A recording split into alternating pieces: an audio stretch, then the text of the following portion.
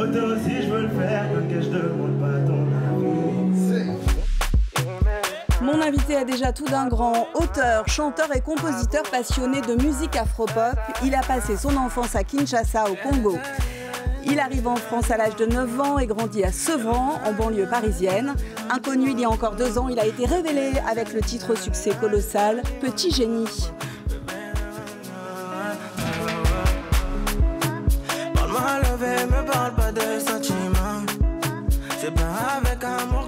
Ce titre a un vrai coup de génie. Un album plus tard, il va faire l'Olympia pour fêter ses 17 ans.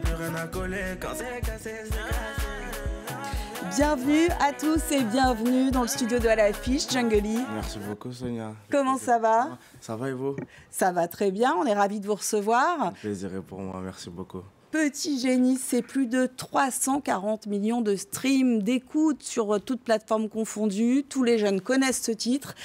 Ça passe toujours en soirée. C'est la folie. C'est la folie, ce succès, vous l'avez géré comment? Je ne l'ai pas vraiment géré. Malgré ce succès, je suis quand même allé à l'école. J'ai continué à vivre ma vie d'adolescent parce que je ne voulais pas trop de changements. Donc je ne l'ai pas vraiment subi, ce succès. Je fais juste les choses et après, je ne sais pas ce qui se passe après. Et parce que, alors on rappelle, hein, vous êtes en terminale. Exactement. Voilà, le son fait danser, il donne le sourire. Quelle est l'histoire derrière ce titre? Qui a eu l'idée déjà de cette collab? Ce morceau, c'est vraiment un truc qu'on a conçu collectivement. Et de base, ça part d'une ambiance en studio. De base, on est en studio et on sort quelques gimmicks comme ça. C'est comme ça qu'on arrive étape par étape à créer le son. Et aujourd'hui, regardez ce que ça fait. Alors aujourd'hui, en tout cas à sa sortie, le titre devient immédiatement viral. Il est numéro 1 pendant 16 semaines, je crois, du top single. 18, oui. Voilà, merci. Un Energy Music Award catégorie hit social. Un trophée de la meilleure musique d'inspiration africaine aux flammes aussi. Qui vous a donné l'envie d'écrire et de vous lancer dans la chanson? Qui m'a donné l'envie d'écrire? C'est tous les artistes que j'écoute. Tout ce qui est Dadju, Taïk, Chakola, plein d'artistes de la nouvelle génération, un peu plus grands que moi. C'est eux qui me donnent cette envie d'écrire parce que moi, quand j'écoute de la musique, je ressens des trucs, j'ai des émotions par rapport à ce que l'artiste essaie de nous transmettre. Et un jour, je me suis posé, je me suis dit, pourquoi pas faire ressentir cette même émotion aux gens qui m'écoutent. Et Dadju, que vous citez, avec qui il y a eu ce titre, évidemment. On écoute et on en parle juste après. Pas de souci. J'ai grandi dans la rue, j'ai le cœur en ciment, évidemment, évidemment. J'ai reçu de l'amour, j'en redonne, c'est donnant, donnant, donnant, donnant. Dis-moi toujours oui, t'auras tout ce que tu demandes, ce que tu demandes. C'est pas pour tout de suite, mais y'aura la bague en diamant, bague en diamant. Évidemment, évidemment. Voilà, alors évidemment, c'est Dadju qui vient vous chercher au lycée. Exactement. Hein, c'est ça qui se passe dans le clip. En fait, c'est vraiment ça. C'est ça ma vie, en fait. C'est ça ma vie. Lundi, je suis au lycée et je suis en cours de maths. Le soir, je suis en studio avec Dadju. Comment a eu lieu la rencontre avec votre idole?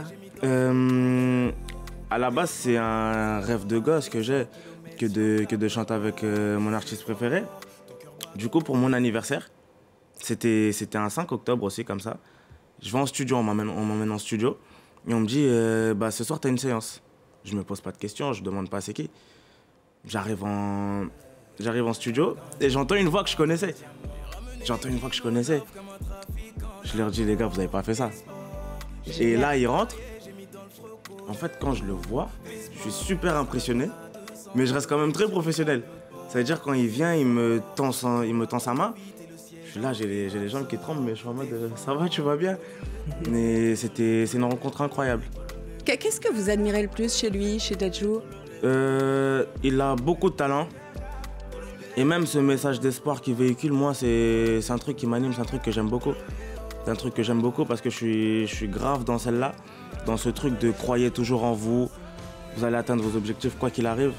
Donc sur ce côté-là, vraiment, j'aime beaucoup Dadju. On parle d'un autre single, TTU, avec VG Dream, Alonso, Zao. Comment ça s'est passé en studio avec ces grands noms? De base, j'ai fait le morceau avec VG Dream. Ouais.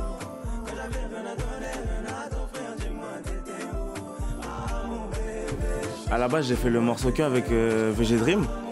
Et ensuite, à la sortie de la séance, on se dit pourquoi pas rajouter d'autres personnes. Et là, on pense à Alonso, grande légende du rap, et ensuite on pense à Zao. On dit ça serait bien une voix féminine et tout, on rajoute qui? Et j'ai voulu rajouter Zao, parce que c'est quand même une artiste qui a marqué une génération. Donc c'était très important pour moi de l'avoir sur un de mes morceaux. Et puis on ne vous attendait pas là, vous participez à Danse avec les stars sur TF1. J'ai vraiment tout fait, c'est un truc de fou. Une année de fou, c'était la 14e saison, vous faites des étincelles avec Inès Van Damme. Pourtant, je lis qu'au départ, vous ne saviez pas danser. Alors moi, j'y crois pas. Vraiment? Pas du tout, je ne savais pas du tout danser. Ou c'est peut-être ma timidité qui prenait le dessus sur moi, mais j'ai jamais su danser, j'ai jamais voulu danser. Qu'est-ce que la danse vous a appris alors? C'est une très bonne question ça. La danse m'a donné beaucoup de confiance en moi. Grâce à la danse aujourd'hui, j'arrive à faire des choses que je n'aurais jamais cru faire. Aujourd'hui, je suis très confiant, je suis à l'aise avec moi-même et je me sens très prêt en fait à tout affronter. Ouais. Parce qu'en fait, je fais Danse avec les stars, je commence Danse avec les stars, je ne sais pas danser. Ouais. Avec du travail, j'ai réussi à arriver en demi-finale. Je me dis, qu'est-ce que je peux faire? Et c'est pas rien, et c'est pas rien. Exactement, c'est pas rien. Et je me dis, aujourd'hui, qu'est-ce que je peux faire qui va pas marcher si je me donne les moyens? Donc, c'est vraiment ça que ça m'a appris. Ça m'a appris la persévérance. Et même, c'est un truc que Inès Van Damme me répétait souvent.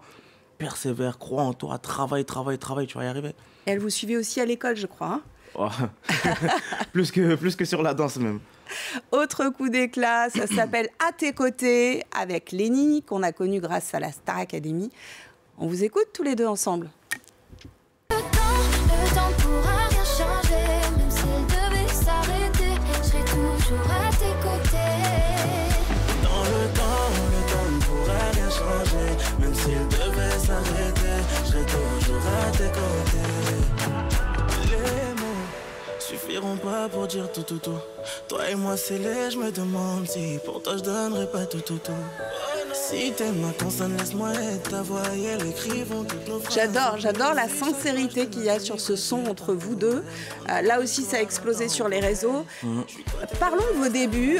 Djungeli, naissance à Kinshasa et puis Sevran en France à l'âge de 9 ans. Comment ce parcours a façonné votre identité musicale? Je pense c'est plus par rapport à ce que j'ai vécu. Être né au Congo, ça m'a ramené une certaine maturité. Et grandir à Sevran, ça m'a permis de voir la vie autrement, d'avoir certains codes.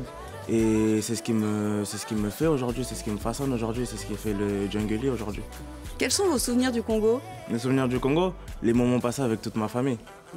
Les moments passés avec toute ma famille, au soleil, bonne ambiance. C'est vraiment les souvenirs qui resteront gravés très longtemps dans ma tête. Puis la musique aussi, hein, parce qu'on l'entend, hein. Ah oui. Ces mélodies, ça ne trompe pas. Hein. On était remplis de musique. Tous les dimanches matin, ma mère, quand elle faisait le ménage, musique à fond. C'est ça qui nous réveillait en fait, c'était la musique qui nous réveillait. Du coup, ouais, j'ai un peu cette influence aussi. 3 questions pour en connaître encore un peu plus sur vous. Alors, votre artiste préféré? Taïk. Taïk. Ouais. Votre jeu vidéo préféré? FIFA. Ok. Votre ville préférée? Ma ville préférée? Sevran. Sevran. Sevran. Super. Oui. Vous êtes encore à l'école cette année, c'est le bac, on en a parlé. Comment on gère les cours et cet agenda artistique très, très, très chargé en ce qui vous concerne? C'est vrai que c'est très chargé. Mais pour ça, j'essaie de prioriser d'abord l'école. Parce que c'est très important, déjà pour moi. Et même par rapport à mes parents, mon père, il veut absolument que j'ai le bac avant de faire quoi que ce soit. Et il a raison. Oui, du coup, je priorise l'école d'abord et je fais en fonction de l'école. Ouais. Si le mercredi, je finis tôt, là, je peux caler une session studio. Là, on peut aller en show. Le week-end, on peut se permettre de faire ce qu'on veut. Mais la semaine, c'est focus école.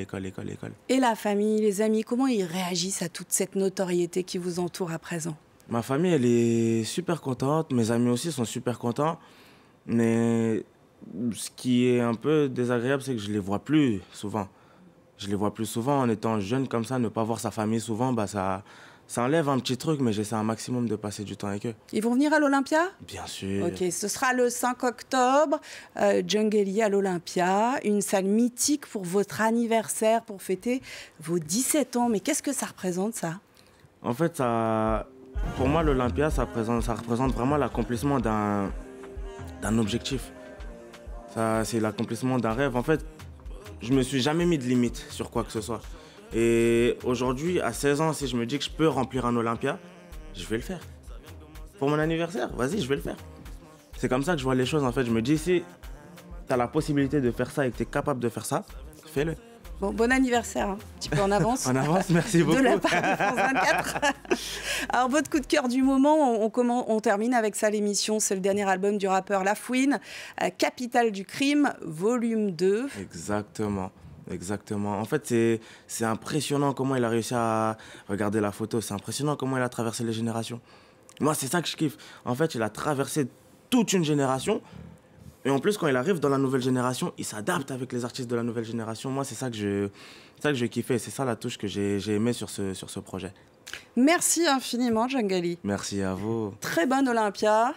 Et on se quitte avec ce clip qu'on va voir dans quelques secondes. Continuez sous votre bonne étoile.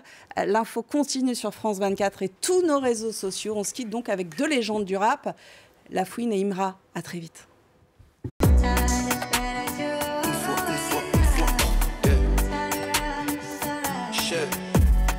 Sur le toit, je fume avec la relève. À chaque fois que je tombe, y'en a 10 qui se relèvent. Maman pleure et que le cash comme remède. 45 jours et j'essaie de m'en remettre. Pas de rancune que des objectifs. Eux ils vivent pour les objectifs. Y'a mon cœur dans le projectile par balle car la daronne était protectrice. Et des racks j'en ai plein la main. Des 500 et des Benjamins. Eux leur vie c'est la Paramount. Moi je pourrais les rafaler par amour. On va poser comme à des baillards. Fous le plein comme dans Goyard. Pose le poignet pour la caution. Mais plus de purple dans la potion.